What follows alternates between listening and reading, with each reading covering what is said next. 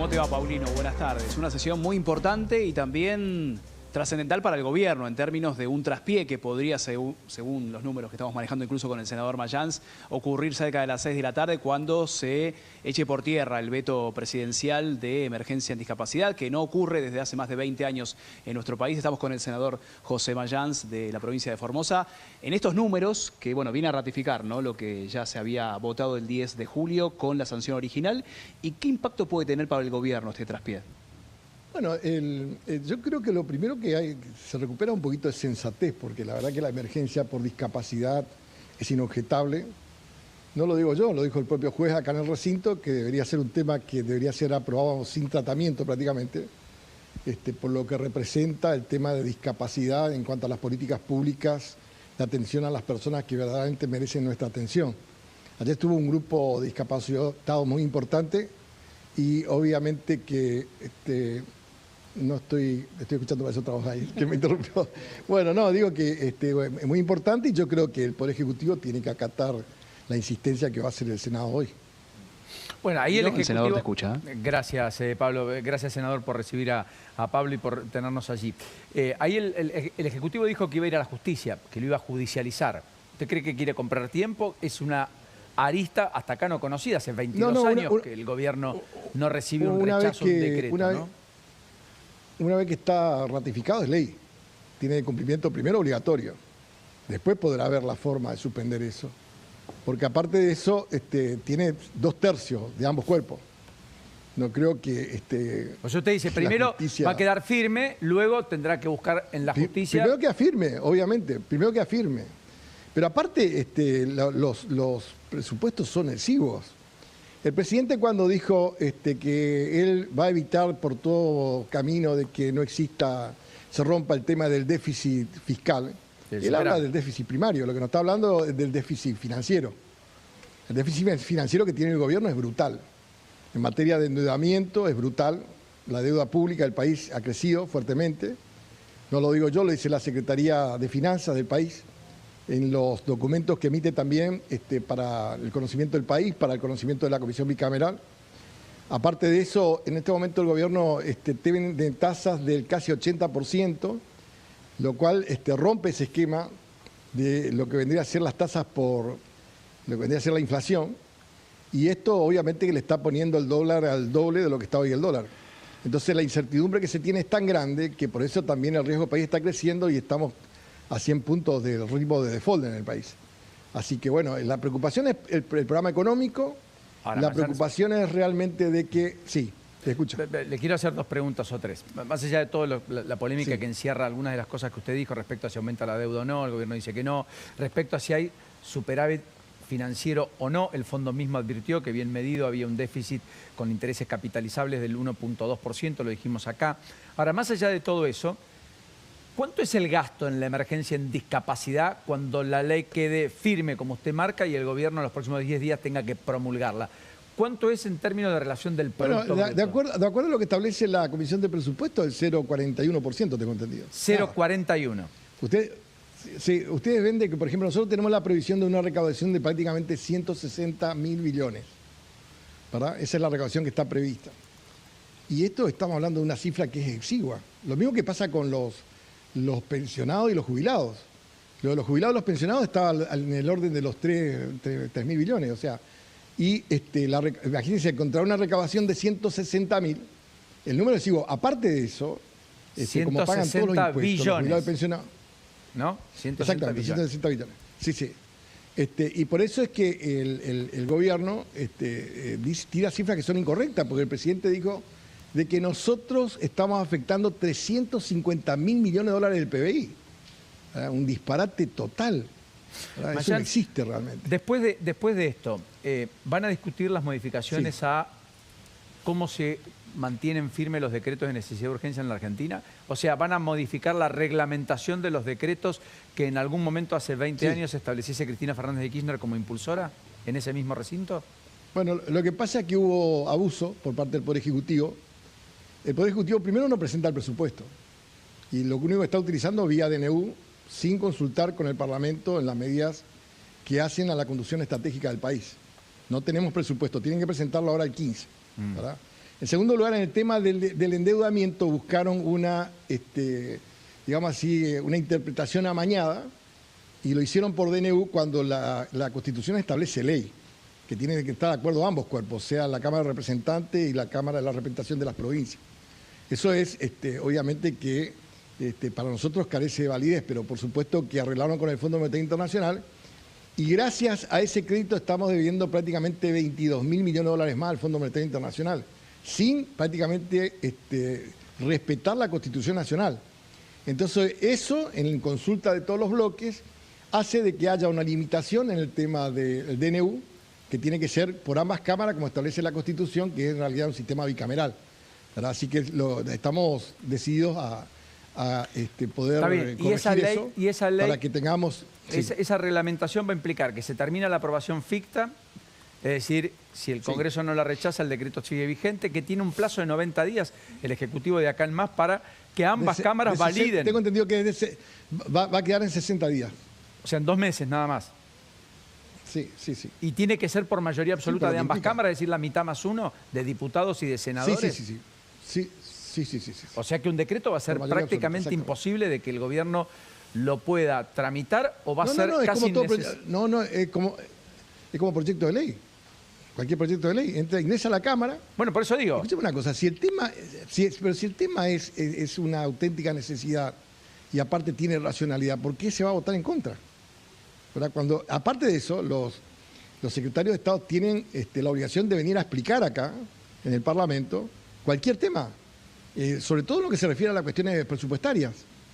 Y es necesario que el pueblo argentino sepa lo que se está haciendo. Ahora, perdón, sí, no, era mismo, seguramente. Seguramente usted no deja de entender el tiempo político. El peronismo cuando gobernó contó con este instrumento. De hecho, la oposición bajo el gobierno de Alberto Fernández quería establecer una reglamentación similar a la que ustedes quieren ahora establecer y ustedes siempre se opusieron. ¿Qué cambió para que ahora digan que sí? Nosotros en el tiempo de Alberto Fernández, cuando hubo la pandemia, le aprobamos 64 DNU a Alberto Fernández, que inclusive fueron tratados por la Comisión de DNU. ¿Verdad? Acá, obviamente que primero el presidente tiene una estrategia que el Parlamento no funciona. Y no sé para qué quiere mayoría en el Parlamento, para que el Parlamento no funcione, para que el Parlamento no lo controle y para que no tengamos presupuesto. Entonces, hay un comportamiento antiparlamentario. Ustedes no se olviden que cuando se presentó la ley Ómnibus y no se le aprobó, le dijo a los gobernadores que eran unas ratas y también lo mismo le dijo a los diputados. Y después nos dijo a nosotros cualquier cosa, ¿verdad? O sea, teniendo tratamientos... con una falta de respeto total entre los poderes públicos del Estado. Más allá de lo que usted dice es un presidente que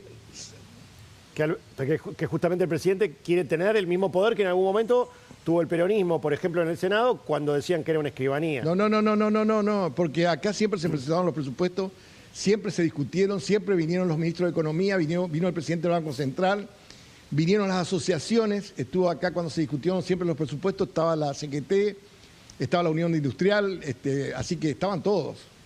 Yo estoy acá del 2001, así que sé que siempre hubo presencia, discusión y después sometimiento ante el Parlamento. Siempre tuvimos presupuesto, salvo aquella vez que no le dieron a Cristina el presupuesto.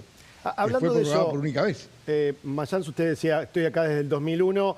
En su provincia hoy finalmente se convalidó que no haya reelecciones indefinidas, pero de todas maneras va a tener un periodo más su gobernador Gildo Infran. Quería cuál era su mirada en ese sentido. Gobierna desde 1999. Bueno, primero que nosotros teníamos una constitución que permitía la reelección y el único requisito era que el pueblo le vote. Por ejemplo, a Macri tenía reelección y el pueblo no le votó, ¿verdad? Una, así no indefinida, también. una. ¿Cómo? Una, no indefinida. Pero no le votó. O sea, yo digo que no hay nada superior a la decisión del pueblo en una democracia, y en este caso, en la provincia de Formosa siempre fue ratificado ampliamente. En la última elección, por ejemplo, él sacó el 70% de los votos y Pautroni, que fue su rival, sacó el 8%. O sea, un resultado que ha sido absolutamente contundente, ¿verdad? Y obviamente que hemos tenido elecciones donde obviamente la oposición ha tenido un mejor desempeño, inclusive que han ganado la intendencia de la capital, y obviamente que también 2015, fue un desempeño distinto en el tiempo. En el tiempo también de la Libertad Avanza tuvo una aproximación muy fuerte. La Libertad Avanza en ese momento, en la última elección 2023. presidencial. ¿verdad? Ahora, está bien, En pero, 2023, pero claro. ¿usted entiende que la alternancia es un atributo para la democracia porque hace que el servidor público sea un servidor público y no se constituya? Bueno, pero esto fue en un definido por la eslabón más? Corte, ¿verdad? Bueno, pero entendamos el sistema federal de gobierno, Sí. ¿verdad? Entendamos el artículo 5 de la Constitución, que dice que cada provincia dicta para sí su Constitución. Esa Constitución, que fue reformada primero en el 91, después en el 2003, nunca fue objetada en su esquema constitucional, nunca fue objetada. Bueno, ahora Y, sí, creo que tenía en el planteos ante la 2003 Corte. En el 2003 Sobre la reforma, fue objetada sobre la reelección y la indefinida. Corte tuvo un fallo distinto. Ahora la Corte hizo una apreciación, el gobierno llamó a una convención constituyente y obviamente se aplicó lo que pidió la Corte. Bueno, por eso digo, solo porque la Corte pidió, el gobierno provincial, que se sentía a gusto con reelección indefinida, establece un límite, pero le da 4 años más en perspectiva, si la sociedad la vuelve a elegir en 2 años, para que Gildo Infran, que gobierna de manera ininterrumpida desde 1999, siga al frente del Poder Ejecutivo Provincial, ¿correcto?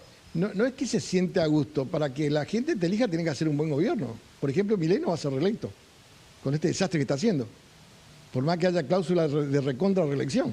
Pero está bien, pero ¿verdad? a ver, yo se lo Con pongo al este revés. debate no creo que sea... ¿Usted hubiera querido sea que muy Menem bien. hubiera podido aspirar a un tercer mandato? No, yo no digo, yo soy respetuoso de la Constitución, lo que establece la Constitución.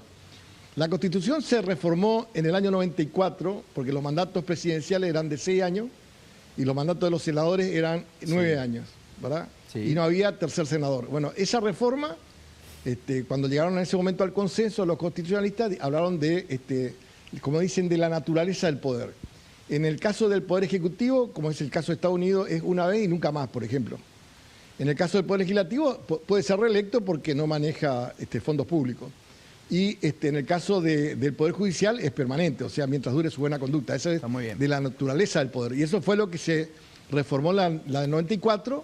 Y bueno, esta es la Constitución que hoy tenemos. Para cambiar cualquier Constitución, tanto a nivel nacional como a nivel provincial, tiene que haber una convención constituyente. En Formosa la que está transformando la Constitución Sí, es sí, la como en Santa Fe Convención también, Constituyente de exactamente. Formosa. Por ejemplo, reclamando ahora, por ejemplo, que pusieron en la nueva Constitución que para tomar deuda el gobierno provincial tiene que tener 2/3 del Parlamento formoseño, por ejemplo. No lo puede hacer con simple mayoría. Mayans, lo último. Porque la provincia de Formosa no tiene deuda ni no tiene déficit. Y entonces, como aparte eso tiene un fondo anticíclico, la previsión que toma el gobierno es solicitar que aquellos que tomen crédito tengan prácticamente 2/3 del Parlamento formoseño para que justamente participe la oposición en la información. No como hace acá Mayans, Milei, que le manda un decreto de urgencia. Déjeme preguntarle Un una desastre.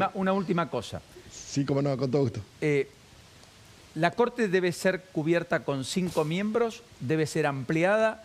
Porque si hay algo en lo cual probablemente el peronismo tenga que ser parte, independientemente del resultado electoral de octubre, de cara al futuro, es en el nombramiento de los jueces de la Corte que requieren de mayorías explícitas, al igual que el jefe de los fiscales, el nuevo procurador, que el Poder Ejecutivo eventualmente quiera negociar o acordar con ustedes. La Y el pregunta defensor. es, y el defensor general, el defensor defensor del público. pueblo. Sí. Sí.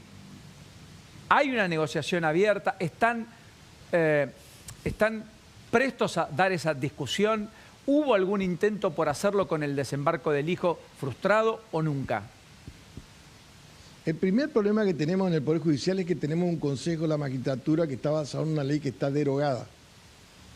Una ley que está derogada, es un problemón, ¿verdad? Porque eso tiene vicio de nulidad. O sea, tanto la Corte se arrogó el derecho de legislar, o sea, dejó sin efecto una ley y puso en vigencia otra. Uno de los miembros de la Corte le dijo en ese fallo que eso no se puede hacer. Primero, no se puede emplazar al Congreso y segundo, no se puede poner en vigencia una ley que está derogada por el Congreso. Sí. Que una ley derogada por el Congreso solamente puede ser reemplazada por otra ley. Por eso, todo lo que emane ese Consejo de la Magistratura está viciado en nulidad. Aparte de eso, lo que hizo el presidente de la Corte es quedarse con la presidencia del Consejo de la Magistratura en forma indebida, administrar el Consejo de la Magistratura, que obviamente tiene en la proposición, designación de magistrados y aparte de eso en la sanción, tiene un rol que es fundamental, o sea que concentra ahí el poder. Ese es el primer punto que tenemos que resolver en el tema institucional. Y después, obviamente, el tema de la Corte, que nosotros habíamos hablado de 9 y hay un grupo que dice de 7, bueno, depende de la visión política que haya, pero hasta ahora las conversaciones son acá a nivel parlamentario. En su momento nosotros habíamos hablado con la vicepresidenta Villarroel cuando vino el jefe de gabinete y pensamos en una negociación en donde esté la vicepresidenta y el jefe de gabinete. Bueno, pero ahora el presidente ya le dijo que una traidora porque habilitó una sesión parlamentaria, que en realidad no la habilitó ella porque fue la senadora Zapac la que presidió, pero todas las cosas descabelladas que hace el presidente, dijo que era una traidora porque se sentó en una sesión de un trabajo que le correspondía hacer a la vicepresidenta. Y bueno, por eso que ahora quedó la negociación un poquito estancada, porque lo iba a hacer la vicepresidenta. O sea, hoy no hay diálogo, está estancado, no. pero estarían dispuestos a discutir. Hay diálogo entre los senadores, pero el Poder Ejecutivo es vital para que haya un acuerdo. ¿Con Santiago Caputo habló alguna vez? No, en realidad hubo gestiones para que venga a hablar, qué sé yo, pero en ese momento me parece que no tenía el rango de funcionario de gobierno como para poder acercar las conversaciones. Con el jefe de gabinete se suele hablar, obviamente, cuando viene, pero nunca se llegó a un acuerdo sobre este tema para hacer. Esto lo charlamos en la labor parlamentaria con la vicepresidenta, pero hasta ahora no tenemos noticias del tema. Ha sido muy generoso para con nosotros. Termina usted muy bien la tarde, no, muy al amable. Contrario, gracias a ustedes. Gracias por recibir a Pablo. Un abrazo, aquí. hasta luego. Gracias. Ahí estaba Pablito Corso. Pablo, un enorme abrazo. Diego de Luca, mientras tanto, en las afueras del Congreso. A ver. Paulino, seguimos escuchando historias, estamos acá con los padres de Lucía, ella es Mariana, ya te escucha. Bueno, Mariana, contanos sobre Lucía, quién es, y muchas gracias por tu tiempo. Muchas gracias. Bueno, en representación de mi hija Lucía, acá está, 25 años, discapacidad motriz y mental, por un problema de salud, depresión, y de mucha lucha después que me quedó de ese ataque de depresión. No deseé nunca traer una nena con discapacidad. Me tocó como a un montón de argentinos, con un montón de dolor y encontrarme hoy acá como argentina, tan defraudada por mi presidente, Karina Milei. Te invito a que vivas un mes que no durás, como una persona con discapacidad, que te tenga que cambiar los pañales, que te tengan que hacer análisis de sangre todos los días, que caigas en una terapia intensiva y que en el hospital donde estás internada te digan que no hay insumo y que todos los días estés en una silla de rueda y te lleve tu hermano, como primera dama que sos. Nosotros los argentinos, yo te voté, un montón de padres con chicos con discapacidad te votamos y como pueblo argentino también te podemos sacar. No es justo. Están diciendo, yo alquilo 400.000 pesos, hoy un alquiler, menos de eso, la luz, el gas. Mi hija cobra una pensión de 230.000 pesos. Hace un ratito estaba escuchando a una senadora que decía 280.000. ¿Y el resto dónde está? ¿Me entendés? ¿Dónde está? Es lindo, es hermoso hablar de ahí adentro. Pero sos igual que nosotros. Te puede tocar, ¿eh? Te puede tocar. Pónganse dos dedos de frente. Bien, Mariana. Y fíjense adentro de ustedes si tienen alma. Porque capaz que son zombies los que están ahí adentro. Y nosotros estamos creídos que son seres humanos. Es todo. La verdad que gracias, indignada Mariana. como argentina. Y vergüenza. Vergüenza. Muchas gracias. Bueno, Diego, por supuesto que... Gracias, Diego. Es difícil, ¿no? Porque alguien debe estar mirando y debe decir, pero que toda la culpa es de tal. Y no. Acá hay un correlato, acá hay una situación concatenada de muchos años de un sistema prestacional cuanto menos discutible, polémico, revisable. Lo que ocurre es que se ha agravado sustancialmente en los últimos tiempos a propósito de esto que estamos discutiendo, de prestaciones que no tienen una recomposición como el resto de la economía, nomencladores que no han sido actualizados, profesionales que siguen cobrando prácticamente lo mismo que hace 6, 8, 10 meses, con el proceso más allá de inflación en baja que tiene de costos crecientes para la vida a todos y cada uno de nosotros. Entonces, en el medio aparece como un elemento distintivo que lo que rompa el superávit fiscal sean aspectos tan sensibles como los vinculados a la discapacidad como problemática. Para un gobierno que además redujo impuestos al sector agropecuario, que también es una manera de activar políticas públicas. Y que probablemente esté en la senda de lo que haya que hacer, bajar impuestos. No hay duda. El tema es el cómo se alcanza el equilibrio fiscal. El gobierno dice, esta es la manera, y este es mi plan, y es la única. Bueno, me parece que la discusión está abierta y de eso estamos dando cuenta en el transcurso de esta tarde, entre otras cosas.